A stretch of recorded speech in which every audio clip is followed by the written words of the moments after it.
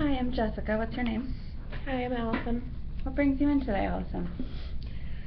I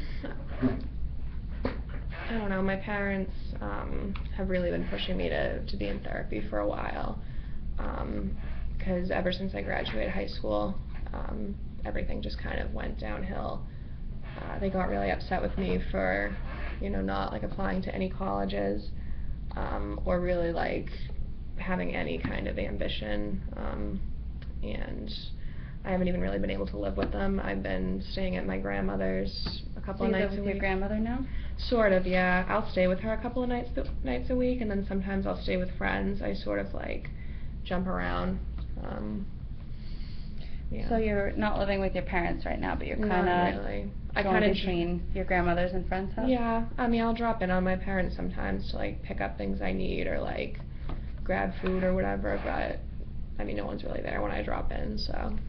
So you said that your parents were concerned about your motivation and upset that you weren't getting into colleges, and that you weren't, applying yourself and kind of having motivation. Yeah. How do you feel about that? Do you think that they have something there, or do you think that? Yeah, I guess. I mean, like, all of their friends, like, have kids my age who are, like, getting accepted into schools and, like, moving on with their lives, and I'm really not. I don't know, like, my parents our relationship has just been kind of off, like, pretty much ever since I was 16, where, I got diagnosed with anorexia, and I was spending some time, in a treatment program for that, and I was also doing, like, some cutting and stuff, so, they really tried to help me through that, but they were being more, like, I think that they were just more embarrassed about it and concerned about sort of how people felt about them and not so much about, like, me getting better. I think that sounds really tough to deal with. Yeah. Having parents, they're supposed to love you and care for you, so feeling like they're, more embarrassed of you than wanting to help you must feel pretty bad. Yeah. So when all that was going on, that started when you were about 16? Yeah, something like that. Yeah. Were there any kind of issues that you can remember before that, or was it? How do you feel like the anorexia became an issue? Well, my mom is a personal trainer, and my dad, when he was younger, went through this period where he was like really, really overweight, and then he got gastric bypass surgery, and he ended up losing a lot of weight, which was good. And I just feel like my parents were always just like very on top of our health growing up as kids. They were very, critical of and restrictive in terms of things that we were eating. Like, we never ever went out to eat, or we never went out for ice cream. When you say we, do you mean, do you have siblings? Yeah, I have a sibling. I have an older brother, and he like moved to California, and he's totally out of the picture. Yeah, no, they were just very, like, my mom would always kind of like make comments, like, when I was younger, like, oh, like, it looks like you're getting a little bit, like, chunky, like, anytime that we would go clothes shopping or whatever, she would just, like. Not very nice. No, but. Did you ever say anything to her about it? No, not really. I just kind of, like, put up with it. I mean, when we would go shopping, it's like she was the one that was buying me the clothes, so I didn't really want to, like, kind of cause too big of an issue. Yeah. Sounds like a tough position to be in when you know that, you need something and somebody's kind of treating you badly like that and putting you down. May feel like there's really not a lot you can do about it. Yeah. So what kind of treatment did you have for the anorexia? Was that something that your parents helped you go through treatment? Well, yeah, I sort of like, it was actually my aunt who sort of kind of initiated it. I mean, obviously my parents, like, did get concerned after a while when I was at my lowest weight, and so they ended up being supportive, but like, at some point, and they were really involved in my treatment, which was good. Yeah.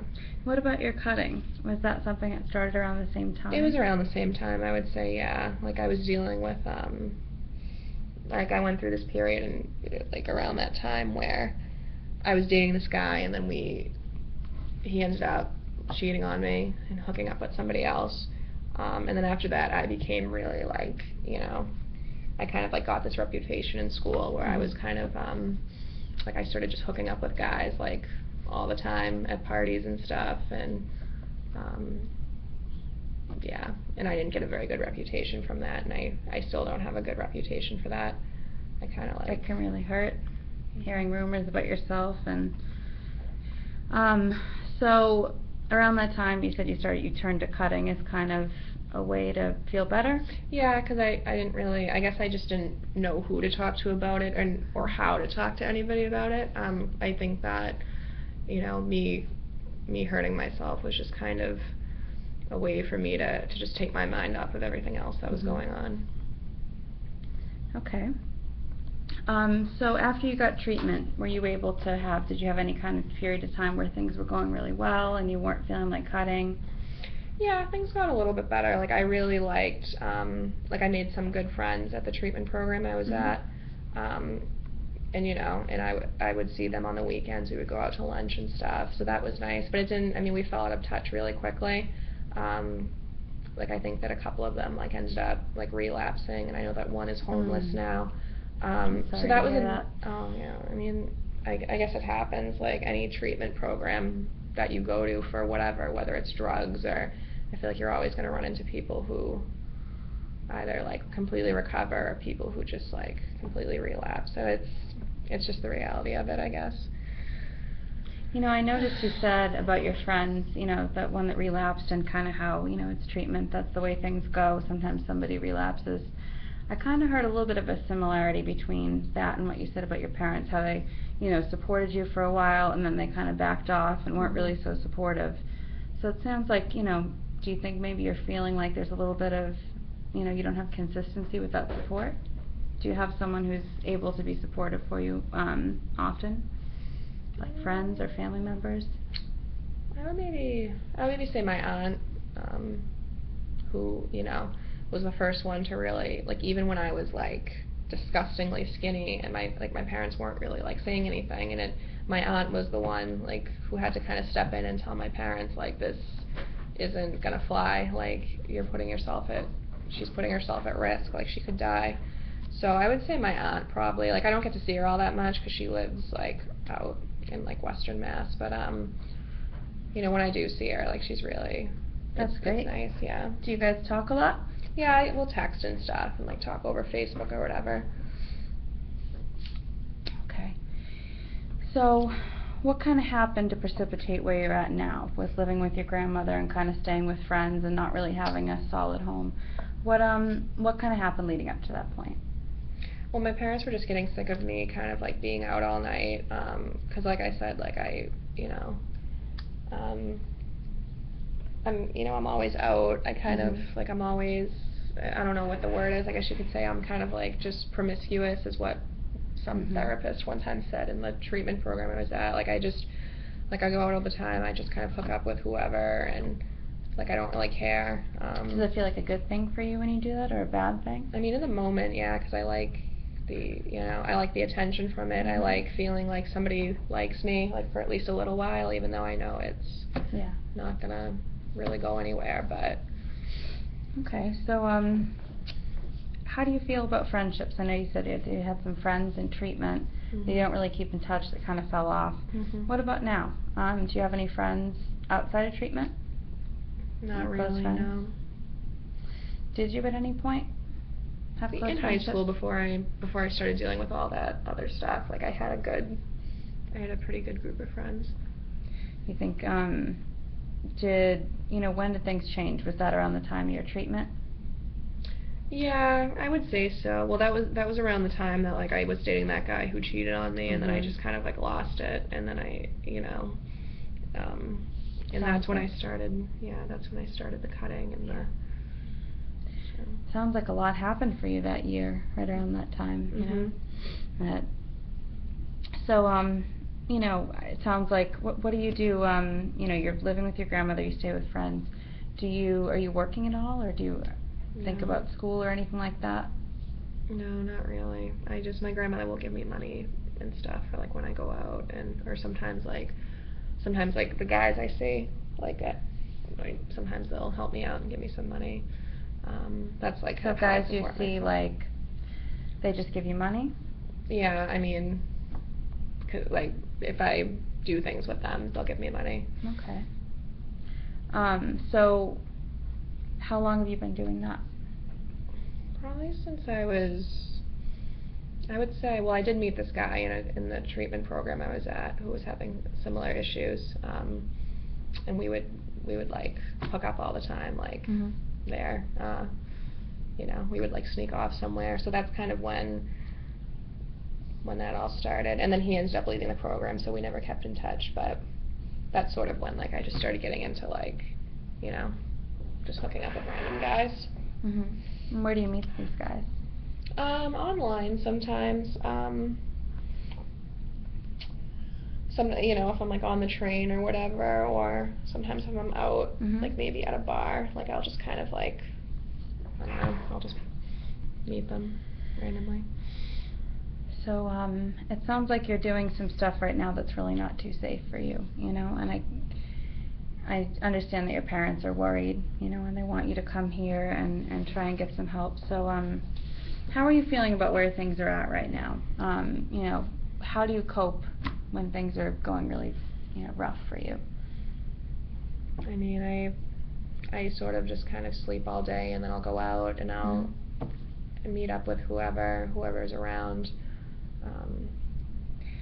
and I don't know, it just pisses me off how like my parents are like, oh, go to therapy, like do this, but like they don't want to like they don't want to like really see me, like they're not like, oh, come home, or like we want you to come home, but they're like, oh, we just want you to go to therapy. Like they want, like, you know, like they're fine, they seem to be fine with me living with my grandmother. Like they're not really like telling me that, you know, oh, like you can, you know, even if they said like, go get some therapy and then you can come home, but that's not even it. They're just like, oh, go get therapy. Like I feel like they just kind of blaming you a little bit. Yeah, and I feel like they think that they're being good parents by like encouraging me to go to therapy, but they're really not if they're like, you know, if they're not really willing to like to do more than that. So when you're at your most stressed moments, it sounds like your daily routine is kind of, you know, sleeping late, doing things kind of as you may. What about when you get really, really stressed? Like, let's say you were to have an argument with your parents, or what are some of the things that trigger you, that make you feel compelled to, you know, do that cutting behavior or restrict your eating? Probably just like, I don't know, like the very few times that I am with my parents, like even when I'm with them and even if we're not fighting or anything like that, there's still just like this wall that's up, and there's just still this like really cold like energy with them, and it just triggers me when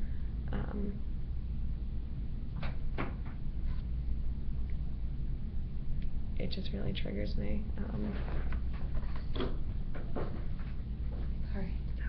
I think we can hear you in there. Are you guys talking about a boyfriend right now? Yeah. Huh? Not our personal boyfriend. No, I know, like a session about boyfriends and smoking pot and stuff? No. Oh, okay, that's a different one.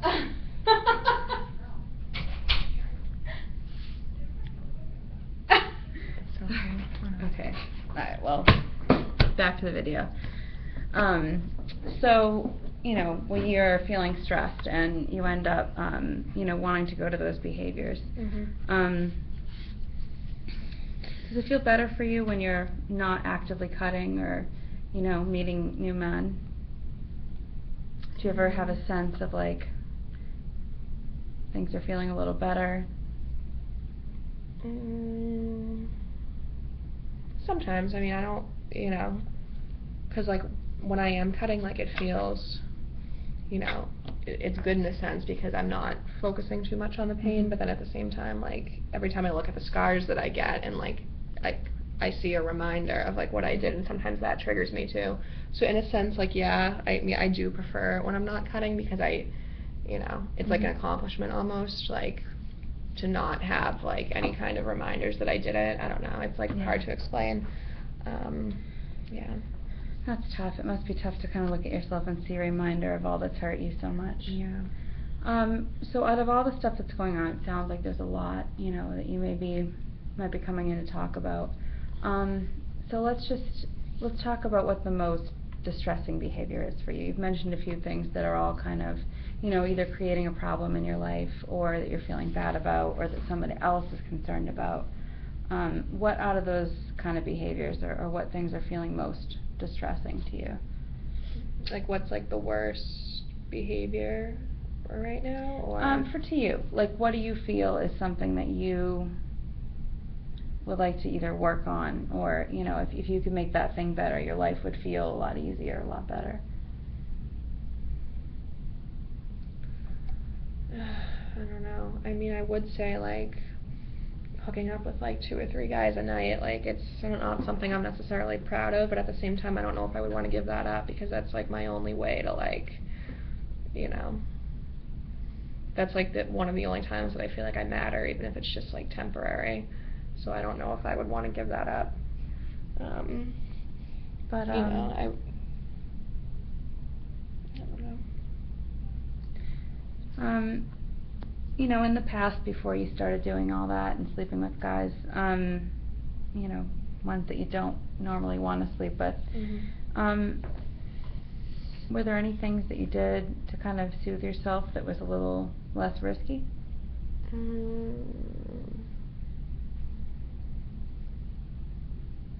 I mean,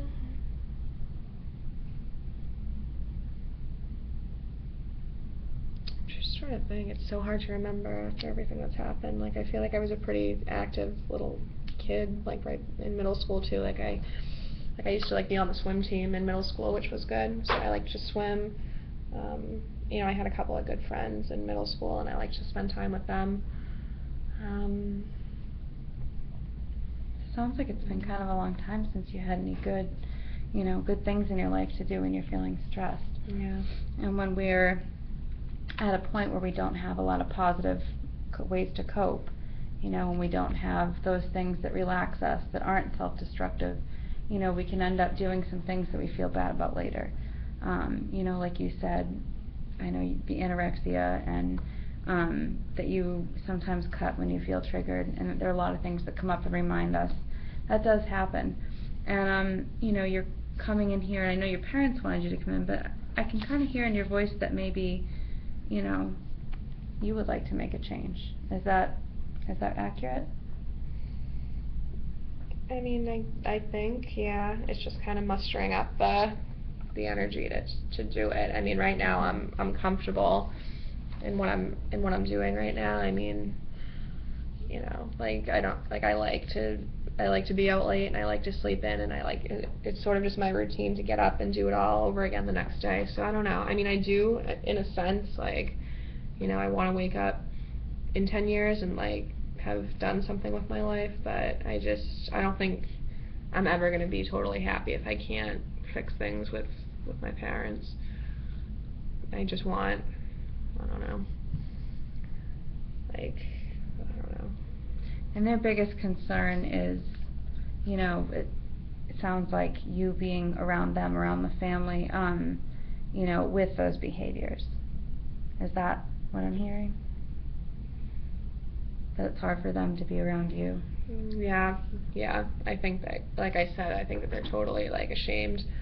But then I feel like even when I was doing everything right, like, even when I was younger, I was still not, like, they were still so critical about, like, my weight and stuff, and, like, there was just always something, and I feel like they always just wanted me to, like, meet these standards, like, you know, like, they have these friends, and like I said, they have kids who are, like, perfect, and I think they just wanted, like, a kid like that, and I guess I wasn't, like, I don't know, I don't think I was pretty enough, I wasn't in the best shape, and I don't know, like, I could never get them to, like, really, like, say that they were proud of me, or congratulate me on anything, or anything I ever did. It's really hard.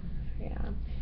And I don't know, and it's hard, because, like, I want so much, like, for them to accept me, but at the same time, like, every time I think about everything that they've kind of done in my life to make me feel this way, I hate them. Like, sometimes me and my mom, like, get into these screaming matches, and it's horrible, and, like, there was one time I even, like, threw a plate at her head, and it totally missed her, which was good, I guess, but I got so mad. And then, like, she ended up actually, like, calling the police, but then they came and they didn't even do anything, because they didn't think I was a danger to myself or anything, but she called the police on me instead of, like, trying to calm me down or trying to, like. That must feel hard when all you want is someone to just kind of be there for you, and what they're doing is kind of feels like the opposite.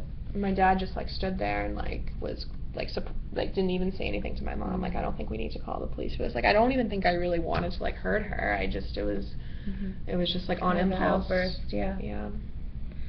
Well, where we're at now, it sounds like you want to be having more contact with your parents. I know, they're not perfect, and they've kind of, sounds like they've caused a lot of issues for you, and kind of got you in a place where it's hard to really trust other people and feel good about yourself. If the goal, no matter what the goal is, we need to get you doing some things that are feeling more healthy for you, when you're stressed out. Because, the things like the cutting, and, it sounds like your habits, that you don't really feel too good about them. Do you think maybe you might be open to thinking of some new ideas and some new ways that you could distract yourself from those feelings? I think so, yeah. Okay. Like, maybe, I don't know. I like to blog. Like, maybe I can like write about like what I'm feeling and stuff. Like maybe I can. I've always been a good writer. Like, even when I was younger. Like and like in school, like I was always like really good at like English and just writing all together. I don't know. Like, I think it would be cool to like write up kind of like.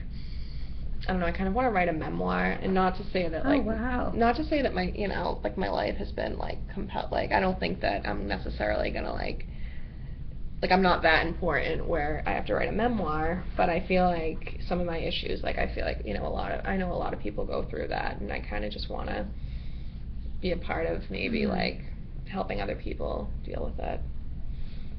So maybe writing. Yeah, and to help other people, you kind of need to be in a good, a better place yourself. No one's ever perfect in life, and we all have work to do. But it's very common for people, in this field to kind of want to help people when they've been through something. And it sounds like you at least want to get, your words out there and be heard. Yeah. So what I'd like to work on is to try and think of a few things. There's these strategies that I have that might really work well for you. So basically, when you're in those really stressful moments and you're feeling like you need to cut, or if you're feeling kind of the impulse to go and sleep with guys that you might regret later, we want to think of some things that we can do to kind of get you feeling a little bit better and feeling a little less at risk to do those sort of things. So you just mentioned, activities that can involve you, distract you from being stressed out enough to, triggered enough to cut. So blogging and writing is something you seem really interested in. I bet you're really good at it. What other activities do you think maybe? I know you said you were pretty physically active when you were a kid. Maybe taking a nice long walk.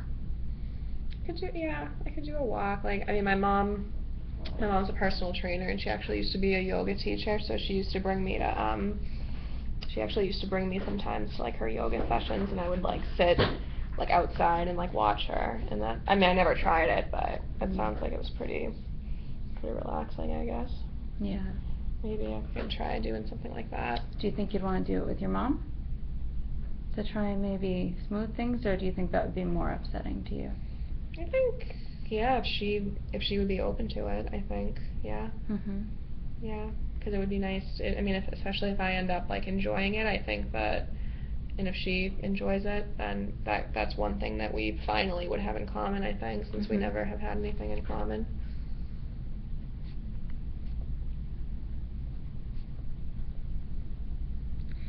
Now let's say, because these urges and stuff, these triggers can come up for us any time of the day. What if you were out in public? What's something you could do to kind of distract yourself? I mean,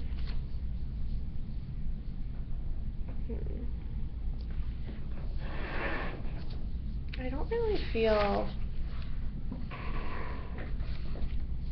I feel like I'm not in public a lot. I mean,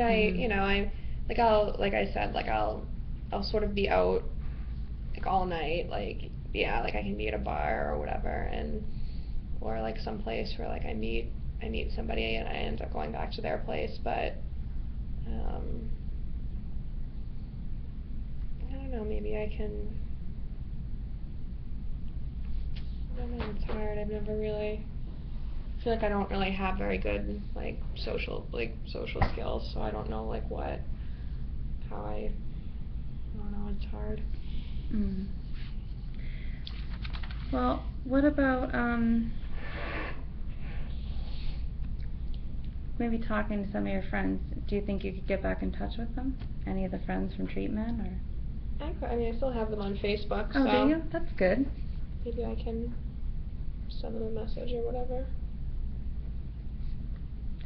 Especially if they're in recovery or if they're struggling too, that might provide you with some way to feel kind of, feel validated. I know you've been saying that your parents are kind of hard on you, don't really want to talk to you right now, and that, it doesn't sound like you have a lot of support, so, Right. I think it would be wonderful if you were able to have those friends, and, you could share with each other, and that might provide you with an opportunity to help them with an issue they're having. Yeah. It's a two-way street. What about something like taking care of yourself? Like, we all have little things we do to make ourselves feel better when we've had a rough day, self-care. For me, I like to go home and sometimes watch silly TV like The Bachelor, something like that. What's the kind of stuff that you do when you kind of need to relax? What are the positive things you can think of?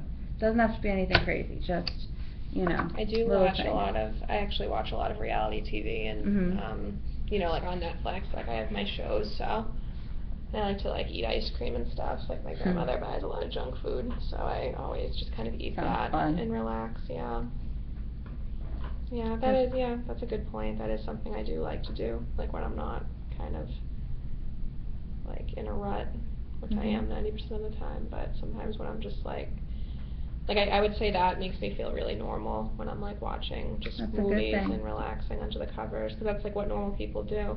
Mhm. But the thing is though, like I feel like I haven't really earned that though. Like I mean, everybody who does that, I feel like they work and like they go to school and they stress themselves out over really important things, and they get to come home, and if they veg out in front of the TV, like that's fine, but I feel like I don't really like do anything to really like warrant that. But I mean, it's still nice to do it. I understand that feeling. I mean, they might be working and doing their own thing or in school, but you're dealing with some pretty serious stuff, some really difficult, things. It's wears on you a lot, over the course of days and weeks and months, that you're feeling these really heavy emotions and having those issues. And if you think of it this way, it's a break from that difficulty. Yeah.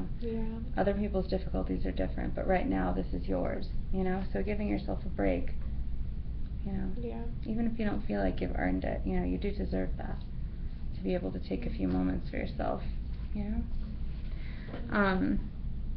So another thing I'm thinking of, I know sometimes when we're feeling like we're not doing very much in life, you've mentioned that, you feel like you're not contributing enough, and that you're behind everybody. What's something you can do,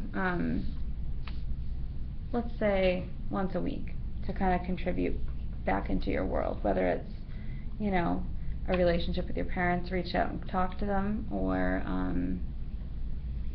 maybe do something nice for someone else. If you can think of ways that you can, contribute to that goal you want, which is being closer, with your family and feeling better. I could see myself trying to reach out to my mom, maybe like even if it was on Facebook, whatever. I don't do well with her with like, we've never done well over the phone. It turns into the screaming match. And the last time I talked to her on the phone, I threatened to like strangle her because she just made me so upset. Oh wow, that's scary. Yeah. But I don't know, maybe if I like just send her a message on Facebook or whatever, maybe just like asking how she's doing. But I'm just worried about that though, because I feel like she's gonna say something that's not like what I want to hear, and I think I'm just gonna end up like not like wanting to speak to her for like another like 3 or 4 weeks. So that's just our cycle. Like we just go from like it always goes from me trying to reach out, and then I'm not getting like the same, like, you know, I don't know, I'm not hearing what I wanna hear, I'm not hearing what I should hear, and I don't know, I just feel like, I don't know, it makes me feel like afraid to even reach out to her, because I'm just afraid I'm not gonna get that. Like, I just wanted to ask me, like, how, like, I'm doing, and how I'm feeling, and if I'm okay, if I need anything, like, even, like, how's grandma doing, like, anything, but she's just so, like, tuned out. Yeah. But I think I could, you know, it might be a good start for me to at least, or maybe only tell her, like, maybe just, like, if I send her a message, maybe I can just tell her, like, it'll be all positive, like, cause I used to, like, message her and get on the phone with her and just, like, complain about everything, and maybe that kind of, So maybe having a that's positive why. attitude, you think, is a good way to contribute to that relationship? Yeah. Doesn't mean you have to fake it, you have to not be yourself, you know, but sometimes, you know, there's some value in knowing what the other person needs and wants, you know? What about with your grandmother? I mean, you live with her and your friends that you kind of stay with from time to time and kind of bounce around. What about, you know, doing something for your grandmother, one of your friends? What are some things that you might be able to do for them? It doesn't have to cost money, just... Cause yeah, my grandmother has a hard time getting up and down the stairs when she does laundry, so I could probably just do her laundry, that'd be nice. That sounds like a really nice thing to do for her. Yeah. Okay. And what else?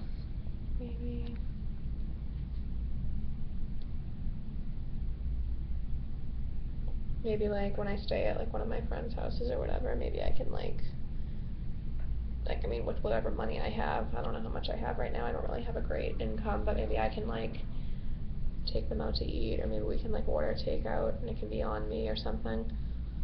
I don't know. Or you could even make dinner for them. Yeah. People really appreciate that, I know. Yeah, that's true. Never really was a good, I don't know if I can make pasta, but that's about it. Alright, so we've got some ways that you can kind of contribute to the relationships that you want to rebuild. What about your dad? I'm sorry, I didn't ask about your dad. He, you know, I think our relationship is a little bit better than I have with my mom, but he doesn't really like step in anytime she's kind of targeted me. He sort of, he won't like outright defend her. He'll never say like, oh, like don't, you know, do this to your mother, but I don't know, I think that the fact that he doesn't say anything is just like worse than. What about spending some time with your dad outside of the relationship with your mom? You know, like you had mentioned, you could reach out to your mom on Facebook, talk to her, ask her how she's doing. What about reaching out to your dad? And that way maybe you could, you know, go out with him to do something you both enjoy. You know? Yeah. What have you guys done together in the past? He used to take me to the batting cages when I was younger. That sounds like fun. Yeah, he used to like take me, I mean I'm older now, but when we were younger he used to like take me to the playground and push me on the swings.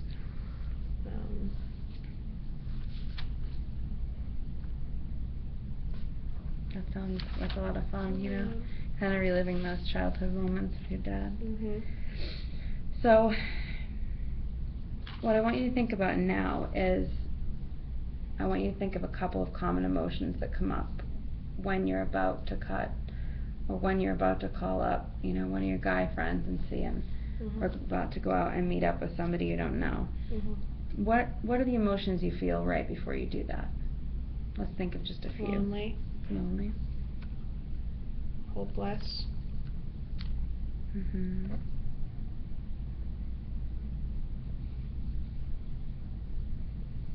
Just like, I don't know what the word to describe, like just feeling like, I don't know, I guess empty, like I need to be like fulfilled in some way. Like I just feel like I feel nothing sometimes, like I can't even like feel any really kind of awful. emotion. So what we want you to do, and you know, I think those emotions can be really, really tough to weather over time. How do you think it would feel for you if we were to try and figure out kind of the opposite emotion of each of those things, and what we could do to kind of get you feeling that? So, for example, you said you feel lonely when you're about to call up a guy. You know, what's something that you could do that you could see yourself feeling less lonely? That's not that. Maybe I can like spend some time maybe with like, I don't know, maybe I can see what my grandmother's up to that night or something instead of going out. She doesn't really do much, so I'm sure she'd like that. That sounds good. What about when you're feeling hopeless? That's a really difficult feeling for people, and you know, I think we all struggle with it from time to time. What would make you feel hopeful? What would make you feel as though there's something really good that could happen for you? Well, maybe I can do some research and like apply to colleges or something, or at least like look into it. Not like a 4-year college, but maybe even just like a, you know, maybe even like going to beauty school or something, or like cosmetology. Oh wow, that sounds cool. I didn't know you were interested in that. Yeah, I mean, I don't know, because I know that, I mean, I know I'm not going to be like a doctor or a lawyer. Like, I don't know. I just feel like cosmetology sounds kind of like easy enough to maybe like make a living off of at some point. I mean, I always liked, Does it you know, sound hair fun and to you, though? makeup. Yeah, it does. Yeah, I don't know how good at it I'd be, but I mean, you know, before I started having all those issues, like I was really girly and stuff, and then I kind of gave up after a while because, you know, there was really nobody to impress.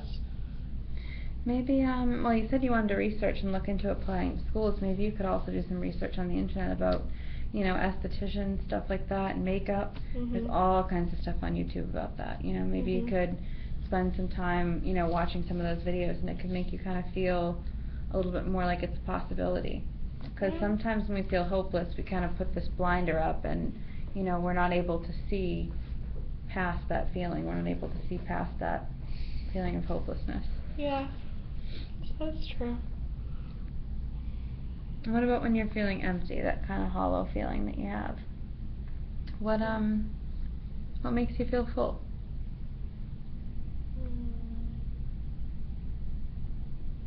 Probably when I'm like, maybe when, I don't know, when people like reach out to me and like they're making me feel like they genuinely like being around me. Like it just, like, I don't know. Like I know, like when a guy or whatever like calls me up and, you know, asks me to come over, that does make me feel fulfilled, but I know that at the same time it's not really like a long term. But maybe, I don't know, maybe if like one of my guy friends was just to call me up and ask me like to do something else besides like, you know, anything sexual. But obviously I don't, unless I reach out to one of my guy friends and you know, ask to maybe do something else, go to the movies. I think we kind of want to move away if possible from, you know, I'm not saying you don't have to talk to, you can't talk to those people at all, but when you're getting that empty feeling, you know, if these are guys that, you know, you see for that one reason, I mean, do you feel that they're genuinely friends, or is it more of a business Some of thing? them. Well, some of them, yeah. Some of them, like, I've known, like, for a while. Like, I even went to school with one of them. Like, we went to high school together, and we were always friendly, and sometimes, like, when, like, we hang out, like, yeah, we obviously hook up and stuff, but other times we don't, so I don't know. And he's not someone you know, have sex or do sexual things with for money? Not He's for just more of money. a friend. Okay. Do you feel generally like he's or like a couple of these guy friends are people who, you know, make you feel good about yourself? Yeah, I mean, I can only really think of one who, I mean, not many of them, but probably just one, but I don't know. But maybe I should, like, probably instead of that, focus on maybe, like, meeting new people and stuff. That sounds like a great idea. I was just about to say that, actually, that, you know, it's not that everyone in your life is bad, but there's a lot of loaded stuff with your relationship with your mom, and, you know, your parents, and your brother, and even, you know, not talking to a lot of your friends from treatment all that much. So it might be, you know, worthwhile to think about kind of fulfilling that, like you said you needed, at one point you said, you know, to socialize and to feel fulfilled and you know, have interactions, and you know, what kind of things could you do to meet people, like activities that you like, or places you could go? I don't know, I could probably go to, like, these, I've heard about these, like, poetry nights where people can go and, like, you know, like you can either like just sit there and listen to the poetry, or you can like recite poetry. I mean, I'm not like, you know, necessarily interested in poetry, but I feel like that would be a cool place Well, you are interested in writing. You did tell me how That's much true. you like to blog and thinking about writing that memoir. I mean, I think that would be a great idea if you were to go to poetry. I mean, That's true. You know, that would be an opportunity to kind of sit and take it all in, and, you know, being around other people's words and their expressions can be really powerful. Yeah. Do you think it might even have the potential to inspire you to come back and maybe share your own work? Yeah, maybe. Worth a Wonderful. shot, right? Yeah, definitely. Okay. I'm going to do one more thing. I've only got a little bit of time left, so I wanted to see, now I know when you cut, when people cut, generally there's, you know, kind of a physical pain there, and that tends to kind of in some way minimize the emotional pain we're feeling that causes us to want to do that. You know, it's kind of a sensory overload. You're feeling physical pain, and the emotional pain is kind of, you know, dissipating. There's ways that we can use other physical sensations to kind of soothe that pain, or to, you know, make yourself feel more grounded in reality, make yourself feel more present. Have you ever experimented with any type of grounding exercises or anything like that? No. Okay. Would you be open to trying one? Okay. So I'm going to have you sit in your chair right here. Okay? And so what we're going to do is we're going to close our eyes. Deep breath in. Deep breath out. Deep breath in. Deep breath out. Deep breath in. Deep breath out. Okay. So now I want you to put your feet on the ground. Feel the weight in your legs. Feel the hardness of the ground underneath your feet. Concentrate on the texture of your shoes, feeling of your socks, how the weight feels in your body, how your feet are flat on the ground. Slowly move your concentration upwards. Feel your thighs and your torso kind of sitting. Feel your bum seated in the seat. Take a few more deep breaths.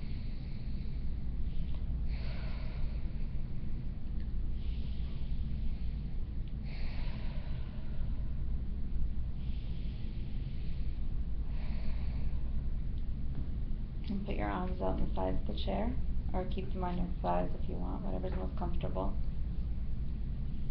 Feel your skin or the fabric under your hands. Move your fingers up and down. Notice where they land, as they land on your legs or on the chair. Feel the weight beneath your fingers.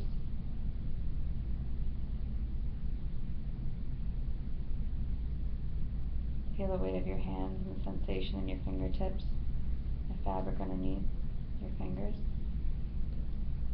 Take a few more deep breaths in and out.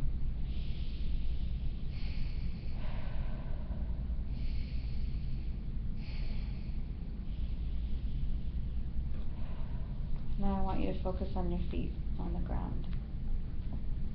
Feel the energy in your body. Feel yourself seated. Eyes closed, deep breaths in and out.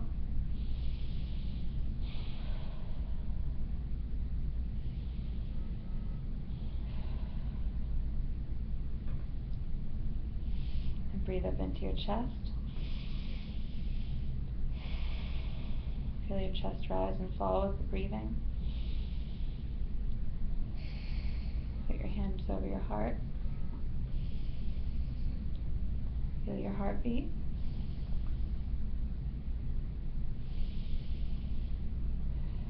A few more deep breaths.